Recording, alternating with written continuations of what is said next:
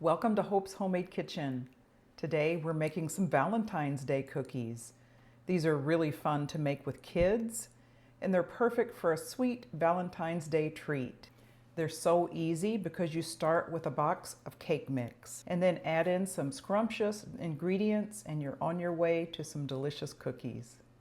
Let's get started and I'll show you the ingredients. The ingredients for the Valentine's Day cookies are a box of white cake mix, sprinkles, candy hearts, 2 eggs, white chocolate chips, red gel food coloring, freeze-dried berries, and canola oil. Now the easiest part about this is you put everything into one bowl, mix it up, and roll them into cookies. So I'm starting with some white cake mix. You could use any flavor. Like a strawberry cake mix would be really good for this because red for Valentine's Day. I'm using the Duncan Hines Classic White, 15.25 ounces. To that, I'm going to add a half a cup of canola oil. You can use vegetable oil or any other neutral oil. 2 eggs. I have some freeze-dried berries. These are the Trader Joe's brand. I only have 1/4 of a cup, and I'm putting them in a Ziploc bag, and I'm just going to crush them. This is not only for the color, but also for the flavor. Now, if you're already using like a strawberry flavored cake mix, you can leave these out. I thought they would be a nice addition, providing a little color and flavor. Next, I'm going to use some gel food coloring and just add in just enough to give it some good color. I'm going to give it a mix.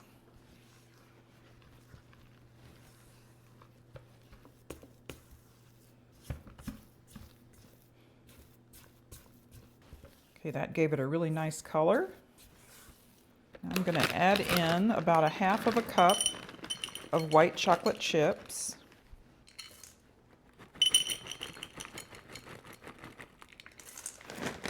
And about 1/4 of a cup of sprinkles.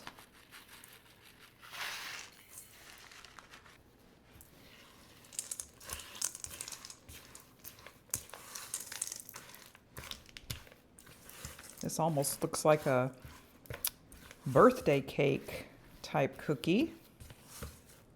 Could certainly pass for that as well. We're going to add a little touch of a candy heart at the end. But you can see how these will be fun for kids to make.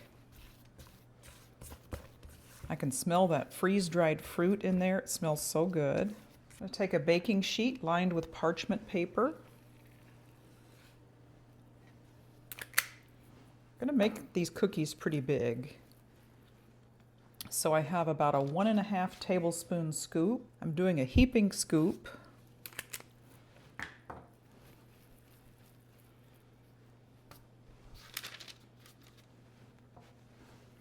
At this point, you can add additional sprinkles on top if you like. I'm going to bake these at 350 degrees. And I'm going to keep an eye on them. I'll start with 8 to 10 minutes. And then I'll let you know when they're done, how many minutes they baked. Okay, so that was about 14 minutes. I wanted just to make sure that they're no longer wet looking. And they start to get a little bit brown on the edges. Now these are going to be very soft cookies, so we'll let them cool a little bit on the baking sheet, and while they're still hot, I'm going to add in a little heart right on top.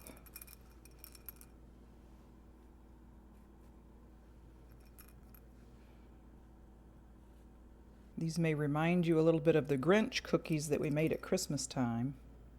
So if you can find these little candy hearts, there are multiple uses for them.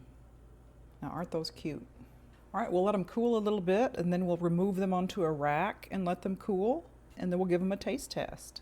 Okay, the cookies have cooled a little bit on the baking sheet. I'm going to remove them to a cooling rack and let them continue to cool. These look so delicious. I'm going to show you the inside of this cookie.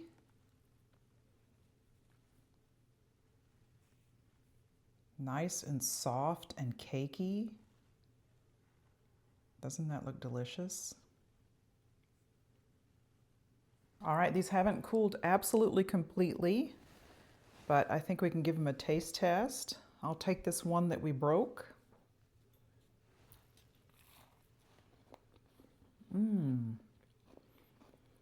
So good. It is crispy around the edges.